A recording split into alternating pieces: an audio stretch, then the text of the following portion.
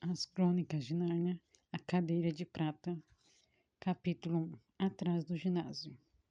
Era um tristonho de outono e Gil Poli estava chorando atrás do ginásio de esportes. Chorava porque alguém andará mexendo com ela.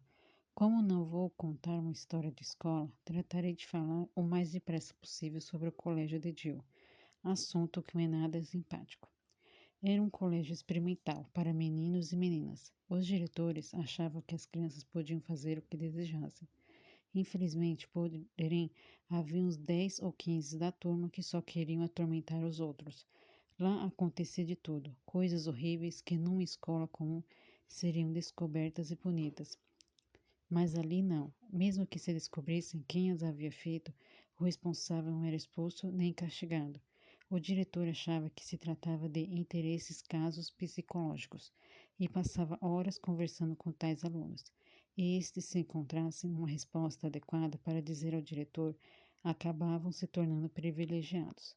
Por isso, Gil estava chorando naquele dia tristonho de outono, na alameda úmida que vai ao fundo do ginásio de esportes, a mata de arbustos. Ainda não tinha acabado de chorar quando, assoviando, um menino surgiu do canto do ginásio, mãos nos bolsos, quase dando um tropeção nela.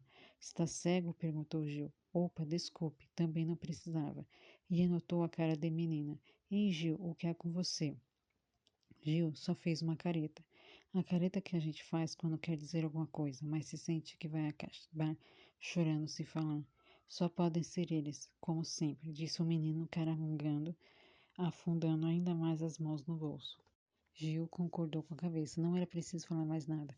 Já sabiam de tudo. Olha aqui, disse o menino. De nada adianta que nós falava como quem começa um sermão. Gil interrompeu uma crise de nervo, o que é comum acontecer com as pessoas quando são interrompidas durante um acesso de choro.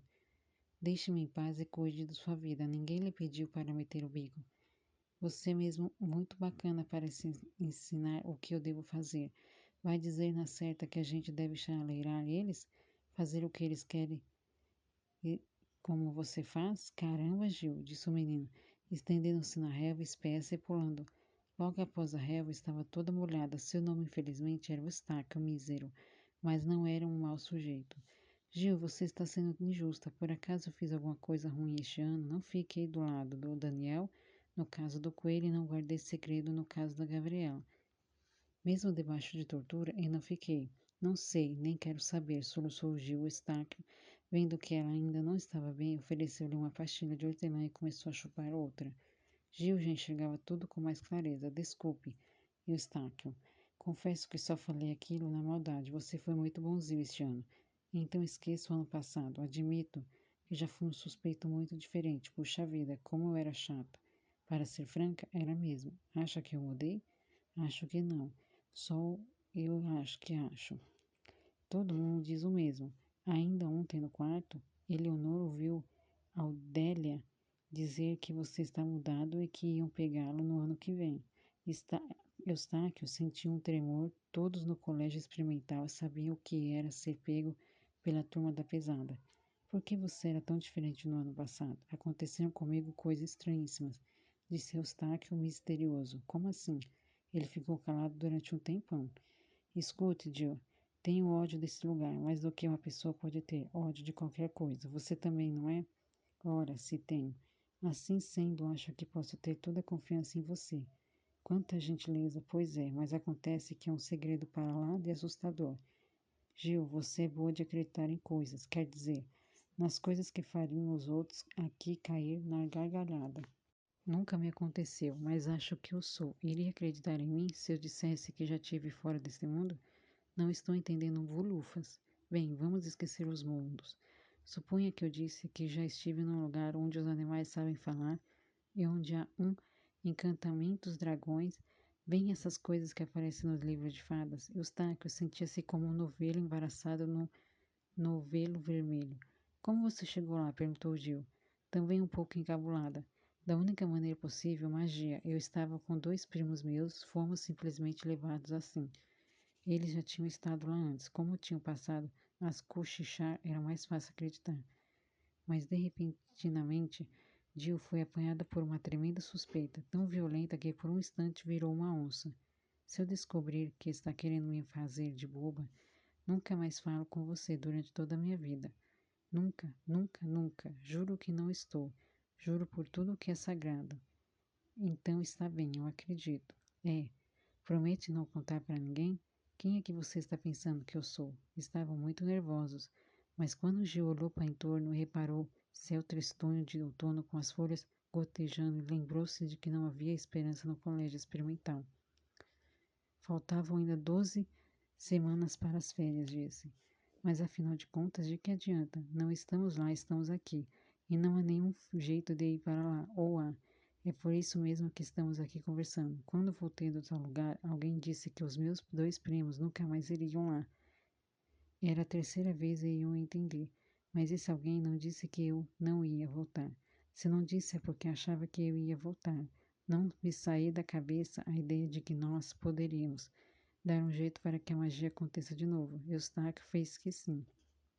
Quer dizer que a gente podia desenhar um círculo no chão, escrever umas letras dentro e recitar umas fórmulas mágicas? Eustáquio ficou atento por um instante. Estava pensando em coisa parecida, mas agora estou vendo que esse negócio de círculo de fórmulas não dá certo. Não há uma coisa a fazer, temos de pedir a ele. Quem é ele? Lá naquele lugar ele é chamado de Aslan. Mas vamos em frente, ficamos um mundo um ao lado do outro, assim também, e estendemos os braços para frente, com as palmas das mãos viradas para baixo, como fizeram na ilha de Ramundum. Ilha? De quê? Depois eu conto. Acho que ele gostaria que olhássemos para o Oriente. Onde é o Oriente? Sei lá. Gozado, as mulheres não sabem nada de pontos cardeais. Você também não sabe, replicou Jill indignada. Sei, sei. E muito bem.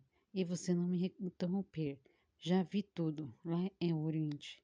Onde estão aquelas árvores? Agora você tem de repetir minhas palavras. Que palavras? As palavras que vou dizer, é claro, agora. Aslan, Aslan, Aslan, Aslan, Aslan, Aslan, repetiu eu, Gil. Por favor, deixem que nós dois. Nesse momento, uma voz do outro lado do ginásio gritou: Gil, eu sei onde ela está. Só pode estar choramingando atrás do ginásio. Vou pegar ela. Gil e Estáquio entreolharam-se, mergulharam debaixo das árvores e começaram a escalar a encosta em crime da mata de arbustos de uma velocidade de campeões. Devido aos curiosos métodos de ensino do colégio experimental, lá não se aprendia muito matemática ou latim, mas todos sabiam desaparecer rapidamente e sem ruído, quando eles estavam atrás de alguém. Depois de um minuto de correria, detiveram-se para ouvir e concluíram que continuavam sendo perseguidos. Se ao menos a porta estivesse aberta, suspirou Eustáquio e Gil concordou com a cabeça. No fim da mata de arbustos havia um alto muro de pedra, com uma porta que dava para um terremoto relvado. Essa porta quase sempre estava trancada, mas já fora encontrada aberta uma ou outra vez, ou só uma vez, quem sabe, mas sempre havia uma grande esperança de que não estivesse trancada. Seria a oportunidade maravilhosa para que os alunos, sem se percebidos, escapassem dos domínios do colégio. Jill e Eustáquio, fadigados, desarrumados, pois tinham corrido quase de gatinhas por debaixo das árvores, chegaram ofegantes ao muro. A porta, fechada como de hábito, não havia adiantar nada, disse Eustáquio com a mão na maçaneta, para suspirar em seguida. Oh! A porta abriu-se e eles não desejavam outra coisa. Agora ficaram apavorados, pois deram com uma paisagem muito diferente de que esperavam. Esperavam encontrar uma encosta cinzenta indo juntar-se ao céu tristonho do outono. Em vez disso, feriu-lhes os ombros, os olhos e o clarão do sol, que entrava pela porta como a luz do verão, quando se abre a porta da garagem. As gotas deslizavam como gotas pela relva. Via-se melhor o rosto de Jill lambuzado de lágrimas. A luz do sol parecia chegar de um mundo diferente, mais macia era a relva. Umas coisas reluziam no céu azul, como joias ou borboletas gigantescas. Apesar de esperar por alguma coisa parecida, Jill sentiu-se amedrontada. Eustáquio demonstrava o mesmo, dizendo com dificuldade: Vamos, Jill.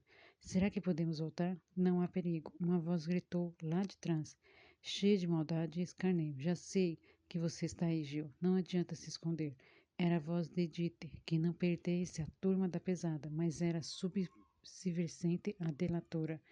Depressa! Exclamou Eustáquio. Segure minha mão. Antes que ela soubesse que bem o que estava acontecendo, fui puxada para fora dos domínios do colégio, dos domínios do seu país, dos domínios do mundo. A voz de Edith sumiu de repente, como se apaga a voz de um rádio que se desliga. Outro som dominou os ares. Vinha das coisas que reluziam no alto. Pássaros, para dizer a verdade. Faziam um barulho de algazarra, que, no entanto, parecia música de vanguarda, de que a gente não gosta logo. Contudo, apesar da cantoria, havia envolvido tudo uma espécie de silêncio profundo. Este combinado à leveza do ar levou Gil a imaginar se não estariam no cume de uma alta montanha. Segurando a mão da menina, Eustáquio avançava. Arregalavam os olhos para todos os lados. Árvores imensas, mais altas do que cedros, erguiam-se à direita e à esquerda, deixando abertas algumas brechas para a visão. Sempre a mesma paisagem. Relva lisa, pássaros de cor amarela, com azulados de libélulas, ou plumagem de arco-íris e sombreados azuis. E o vazio era uma floresta solitária. Na frente não havia árvores, só o céu azul. Caminharam sem falar até que Gil ouviu a voz de Eustáquio. Cuidado! E viu-se empurrada para trás. Estava à beira de um precipício. Gil era uma dessas meninas felizes que possuem a cabeça boa para grandes alturas. Podia parar sem tremer à beira de um abismo. Não gostou, portanto, do puxão de Eustáquio, como se eu fosse uma criança, e soltou a mão do companheiro. Notando que ele ficou branco, chegou a sentir desprezo. De que há, de que há, e para mostrar que não tinha medo, parou na beirinha do precipício, uns palmos além da própria coragem, e olhou para baixo. Só então percebeu que Eustáquio tinha razão de ficar branco, pois não há em nosso mundo penhasco como aquele. Imagine a beira do precipício, mais alto do que você conhece. Imagine-se olhando lá para baixo.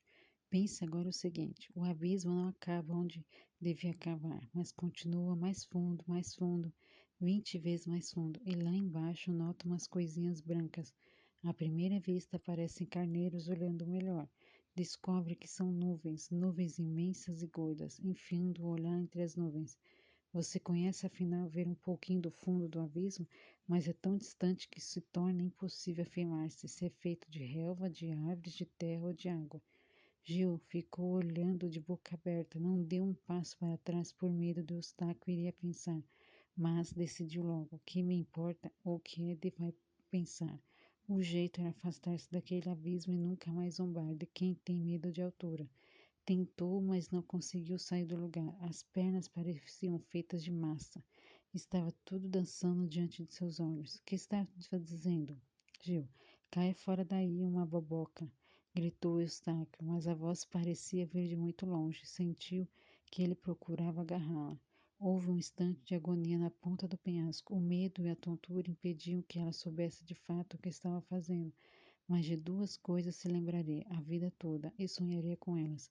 Umas de uma de se libertará com o safanão das mãos de Eustáquio, outra de que Eustáquio, no mesmo instante, tinha perdido o equilíbrio, precipitando-se com um grito de terror em pleno abismo. Felizmente não teve tempo de pensar no que havia feito. Um imenso animal de cores brilhantes apareceu à beira do precipício. Estava deitado, e coisa estranha soprando. Não estava rugindo e bufando, simplesmente trabalhando para fora. Gil estava tão perto da criatura que podia sentir as vibrações no próprio corpo. Por pouco não desmaiou e até queria desmaiar, mas o desmaio não depende de nossa vontade. Por fim, lá embaixo, viu um pontinho escuro, afastando-se do penhasco, flutuando ligeiramente para cima. À medida que subia, mais se afastava, movendo-se a grande velocidade, até que Gil acabou por perdê-la de vista. Parecia que a criatura ao lado soprava o pontinho para longe. Virou-se e olhou: a criatura era um leão.